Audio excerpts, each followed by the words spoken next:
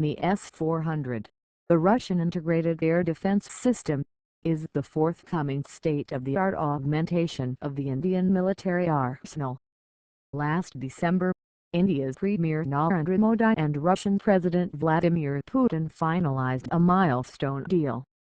Dialogue on modalities led India to revise its need from 12 battalions or units to 5 at an undisclosed cost running into billions of dollars. So far, there is no confirmation as to when the deliveries will begin.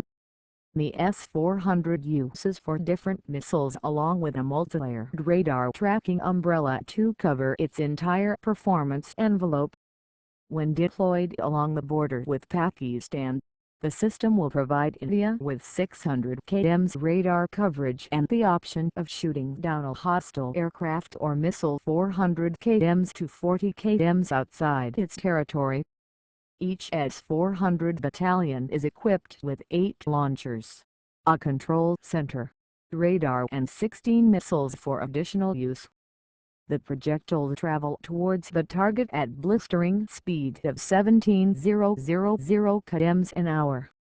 India's Reliance Defence signs pact with Russian arms firm as Modi visits Moscow. India is set to become the second recipient after China in 2014. Kremlin is retiring the S-300 and S-400 to replace them with a more lethal S-500 missile system. Moscow has recently armed Tehran with an earlier version of a similar integrated air defense system called S-300 PMU to favorite. The Persians too have ordered 5 systems. Saudi Arabia was denied the sale after delivery to Tehran was hindered by unsanctions. The S-400 Triumph missile defense system is a significant strategic upgrade in India's military hardware in its pursuit to become a global power. With little domestic debate and no real threat, Delhi has been arming itself to match the Chinese military might. Though Russian cooperation with China is at a far advanced level, India's efforts have borne fruit too. Besides deal for nuclear-powered submarines, both are engaged in joint production of 5th-generation T-50 or PAC-4 fighter jet, a projected counterweight to U.S. F-22 Raptor. Over the last decade, India has checkmated Pakistan on the U.S. front.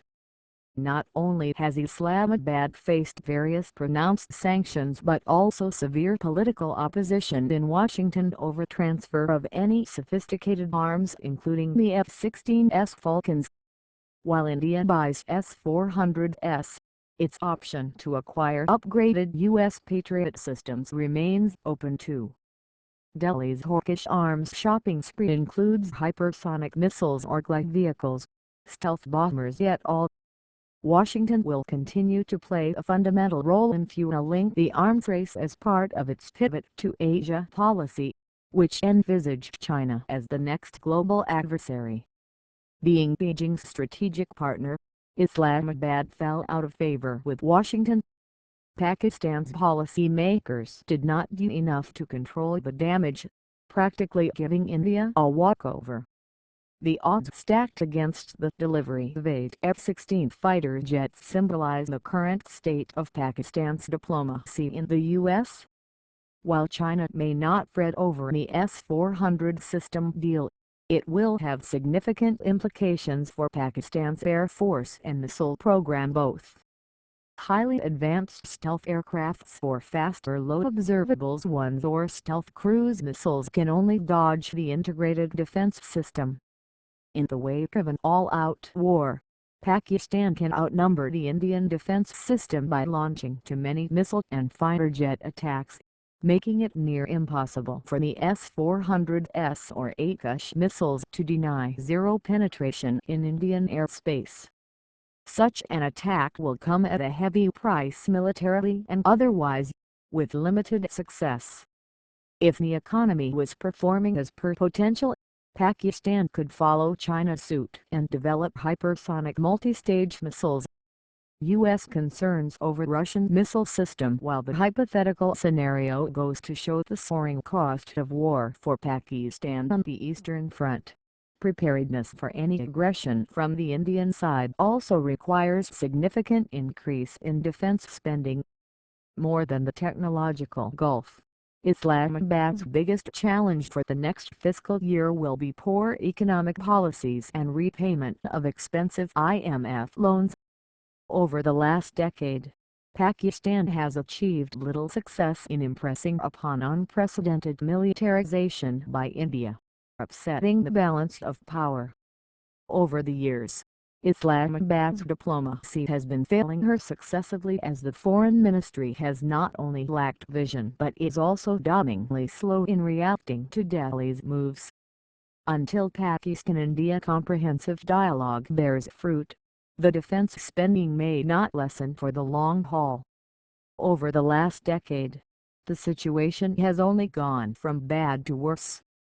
According to media reports, it is in the interest of India to buy the Russian air defense systems, including S-400, which has been effective during the operations in Syria and the presence of the new system in the neighboring country of China. Experts say that the Indian side could also convince the Russian partners to make an exception for them to supply the S-400. In 2014, China has already signed a contract with Russia to buy 4 of these SAMs at $2 billion. It is planned that the first batch of S-400 will travel to China in 2017. The interest in the acquisition of modern air defense system is shown in the traditional rivalry between India, Pakistan. As noted by Boris Forkahansky, China and Pakistan will obviously not be happy about such a deal between Moscow and New Delhi, but it does not concern them. According to him, this weapon can hardly affect Pakistan as India's advantage in all types of conventional weapons are so great that the new supplies will not change anything there. On the part of China it may pose some difficulties, but it is our relationship with India. In this case, the Chinese are not affected, he explained. It should be noted that the issue of the supply of Russian arms to India became the subject of speculation by representatives of another interested party. In a January report by Stratfor, which is an American analytical center, it stated that over the past 5 years, Russia, whose share previously accounted for up to 70% of the delivered weapons to India, is rapidly losing ground in the arms market. In particular, as stated in the report, in jeopardy are the co-production of multipurpose transport aircraft MTA, a project that is potentially valued at $1 billion. Stratfor's experts stated that the Russian suppliers are being displaced by competitors from the USA, Israel and South Korea. The objective is simple, as India accounts for about 15% of all purchased weapons worldwide.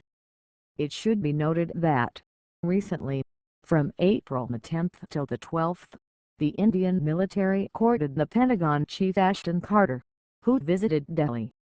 Logistics Support Agreement (LSA) was signed during the visit of the U.S. Secretary of Defense. In particular, they signed a preliminary agreement on cooperation in military logistics. In addition, according to TASS, they discussed various aspects of further deliveries of American weapons. In terms of the supply of new U.S. weapons are closely the positions of Russia, says Stratfor, according to Forkahansky's assessment. But because during the Soviet period and much of the post-Soviet period, the basic quantities of arms supplied from Russia, it is not only the supply of new weapons, but also its